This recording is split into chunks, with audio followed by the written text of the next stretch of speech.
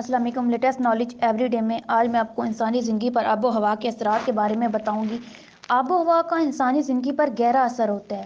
آب و ہوا کسی مقام یا علاقے کی تمام انسانی سرگرمیوں پر اپنا اثر رکھتی ہے۔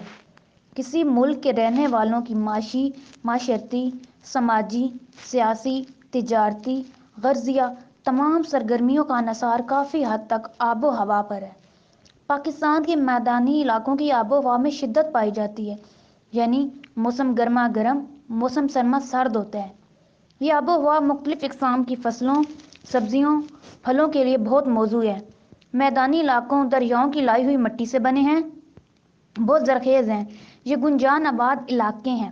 ان علاقوں کے رہنے والوں کی آمدنی کا زیادہ تر دار و مدار زراعت اور اس سے متعلقہ صنعتوں پر ہے۔ یہاں کے مکینوں کی معاشی حالت نسبت بہتر ہے۔ میدانی علاقوں میں بارش کی کمی کو دریاؤں اور زیر زمین پانی سے آبپاشی کے نظام کے ذریعے پورا کیا جاتا ہے۔ پاکستان میں سب سے زیادہ آبادی اس علاقے میں ہے۔ ذرائع آمدورفت اور نقل و حمل بہتر ہیں، لوگوں کو بہتر سہولیات میسر ہیں۔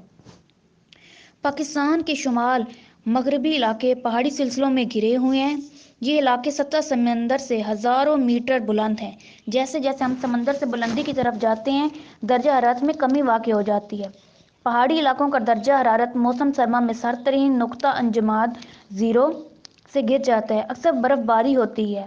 یہاں کے رہنے والوں کی تمام سرگرمیاں موسم سرما میں محدود ہو جاتی ہیں۔ لوگ موسم سرما کے شروع ہونے سے پہلے خوراک اور دیگر ضروری اشیاء ذخیرہ کر لیتے ہیں۔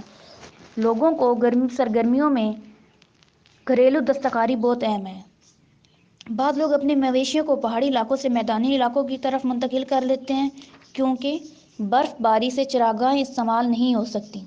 موسم گرما میں یہ علاقے سرسبز اور شاداب ہو جاتے ہیں۔ برف پگھلنے سے ندی نالے رواں دواں ہو جاتے ہیں۔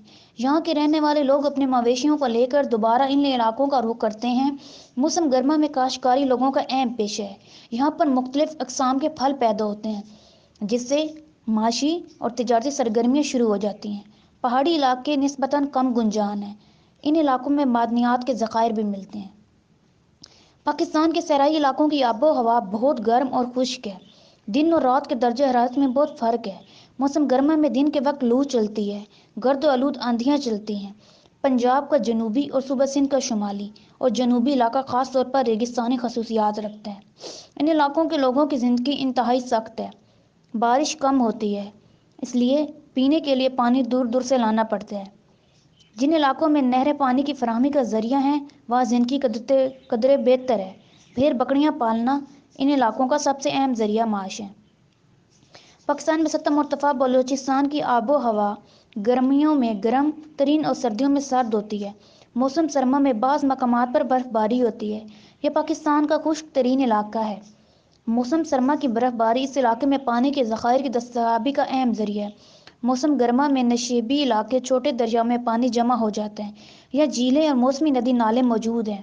پہاڑی علاقوں میں بارش کے پانی کو جمع کر کے زمین اور نالیوں کا ریس کے ذریعے سے ایک جگہ سے دوسری جگہ لایا جاتا ہے۔